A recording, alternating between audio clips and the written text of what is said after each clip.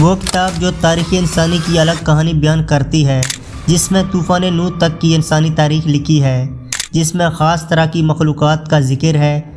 یہ کتاب آخر کس نبی پر اترا صحیفہ تھا اور اسے تورات سے الگ کیوں کر دیا گیا، اور کس طرح جنات نے انسانوں کی نسل کو تباہ کر کے بڑے بڑے دیو قامت انسان پیدا کیے، اور پھر کس طرح اللہ نے ان پر عذاب نازل کر کے ان کو تباہ کر دیا۔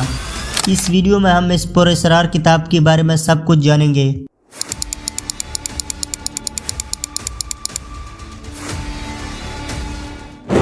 اس دنیا میں ایسے آثار پوشیدہ ہیں جن تک پہنچنے میں انسان نے صدیاں گزار دی، لیکن ان تک نہیں پہنچ سکا، جبکہ اللہ نے اپنے رازوں کو اپنے پیغمبروں پر کھول دیا ہے۔ ان تمام پیغمبروں میں سے ایک پیغمبر سیدنا ادریس علیہ السلام ہیں۔ ادریس علیہ السلام واحد پیغمبر ہیں جن کے بارے میں گمان کیا جاتا ہے کہ اللہ رب العزت نے اپنے علم میں سے آدھا حصہ حضرت ادریس علیہ السلام کو عطا کیا۔ اللہ نے ادریس علیہ السلام کو ایسے علوم عطا کیے جو اگر آج کے انسان کے دسترس میں آ جائیں تو شاید کائنات کا کوئی کونا بھی انسانوں کی دسترس سے باہر نہ رہے۔ یہ تمام راز ان صحیفوں میں لکھے ہوئے تھے جو حضرت ادریس علیہ السلام پر اللہ نے نازل کیے۔ حضرت ادریس علیہ السلام سب سے پہلے انسانی دور کے پیغمبروں میں سے ایک پیغمبر ہیں، جو حضرت آدم علیہ السلام کے تیسرے بیٹے حضرت شیث علیہ السلام، جو آدم علیہ السلام کے بعد انسانوں میں نبی مبعوث ہوئے، ان کے بیٹے انوح علیہ السلام کی نسل سے ہیں۔ یہی وجہ ہے کہ تورات میں ان صحیفوں کو جو حضرت ادریس علیہ السلام پر نازل ہوئے، انہیں بک آف انوح کہا جاتا ہے۔ ادریس علیہ السلام کو عیسائی اور یہودی انوح کہتے ہیں۔ ادریس علیہ السلام کا دور بہت پرانا ہے۔ اس کا اندازہ آپ اس سے کر سکتے ہیں کہ ادریس علیہ السلام نوح علیہ السلام کے پردادا تھے۔ ادریس علیہ السلام نے 365 سال کی عمر میں وفات پائی اور ان کی روح کو چوتھے آسمان کی سیر کے دوران قبض کیا گیا، جس کا ذکر قرآن کریم میں مذکور ہے۔ ادریس علیہ السلام کا دور آج سے کم و بیش 10 سے 12 ہزار سال قبل کا بنتا ہے۔ موجودہ بک آف انوح حضرت عیسیٰ علیہ السلام کی پیدائش سے صرف 200 سال پہلے لکھی گئی تھی، اور یہ بھی کسی دوسرے شخص نے لکھ کر ادریس علیہ السلام سے منسوب کر دی۔ اس لیے اس کتاب کو حتمی طور پر کسی بھی طرح درست نہیں مانا جا سکتا۔ اس کتاب میں ادریس علیہ السلام سے منسوب صحیفے شامل ہیں۔ اس میں بہت ساری ایسی باتیں لکھی گئی ہیں جو یہودیت، مسیحیت اور اسلام میں تسلیم نہیں کیے جاتے۔ اس وجہ سے حضرت عیسیٰ علیہ السلام سے 100 سال بعد بھی بک آف انوح کو تورات اور انجیل سے نکال دیا گیا۔ بک آف انوح میں مذکور ہے کہ پہلے آسمان کے 200 فرشتے زمین پر اترے اور انہوں نے آپس میں عہد کیا کہ وہ انسانوں کی نسل کو تباہ کریں گے اور انہیں نئے نئے گناہ سکھائیں گے۔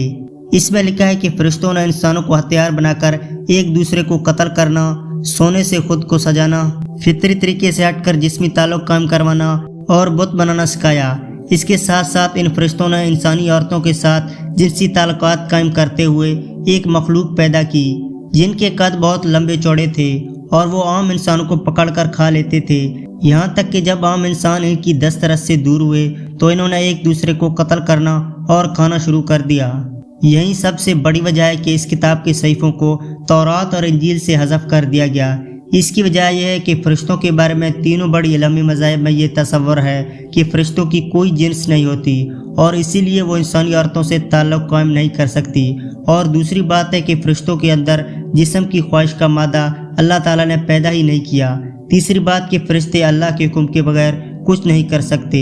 فرشتوں میں اللہ نے ایسی صفت ہی نہیں رکھی کہ وہ اپنی طرف سے کچھ سوچ کر کوئی بھی کام کر سکیں، وہ صرف اللہ کے حکم کے مطابق کام کرتے ہیں۔ اسی لیے اس کتاب کو عیسائیت اور یہودیت کے علمی کتابوں سے حذف کر دیا گیا۔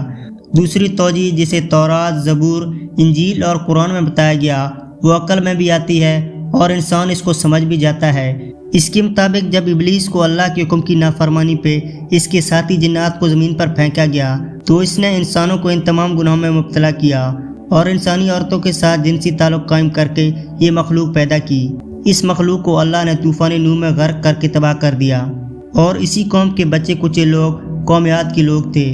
قوم عاد پر حضرت ہود علیہ السلام کو مبعوث کیا گیا اور نافرمانی کرنے پر آسمان سے پتھر برسا کر انہیں فنا کر دیا گیا تاکہ زمین پر صرف اصلی انسانوں کی آبادی باقی رہے۔ بک آف انوح کا سب سے بڑا راز آسمانوں کا سیر ہے۔ ادریس علیہ السلام کو اللہ تعالیٰ نے ستاروں کا علم دیا تھا اور ان کے سامنے آسمان کے تمام پردے ہٹا دیے تھے اور وہ اکثر آسمانوں کی سیر کو چلے جایا کرتے۔ اس سے ثابت ہوتا ہے کہ ادریس علیہ السلام کو ان شارٹ کٹ راستوں کا پتہ تھا۔ جن سے یہ وسیع و عریض راستے سے سر ہو جاتے تھے۔ اس کے علاوہ عراق اور بابل میں نینوا کے کھنڈرات اور 1947 میں بحیرہ مرداد سے ملنے والے ایک سکرول کے مطابق یہ بات سچ ہے۔ یہ تمام تختیاں اور وہ سکرول جو فلسطین میں ڈیڈ سی میں ملا تھا، ان سب میں یہ بات لکھا ہے کہ کائنات میں سے پورٹل موجود ہیں جن سے کائنات کے کسی بھی جگہ فوراً پہنچا جا سکتا ہے۔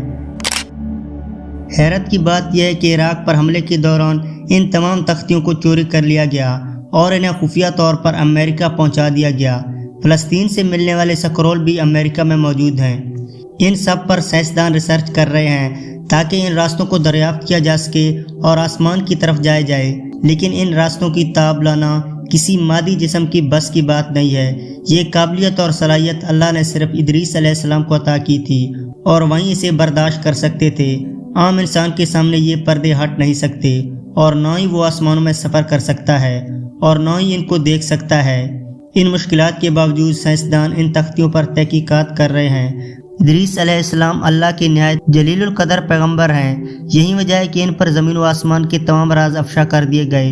تورات اور انجیل میں مذکور ہے کہ ادریس علیہ السلام کے دور کے چرواہے بھی ان تمام علوم میں ماہر تھے۔ ایک اسرائیلی روایت اس سلسلے میں بیان کی جاتی ہے کہ ایک دفعہ حضرت جبرائیل علیہ السلام ایک چرواہے کے پاس آئے جو اکیلا ایک پہاڑ کے دامن میں بکریاں چرا رہا تھا۔ یہ دور ادریس علیہ السلام کا دور تھا اور وہ چرواہا ادریس علیہ السلام کا امتی تھا۔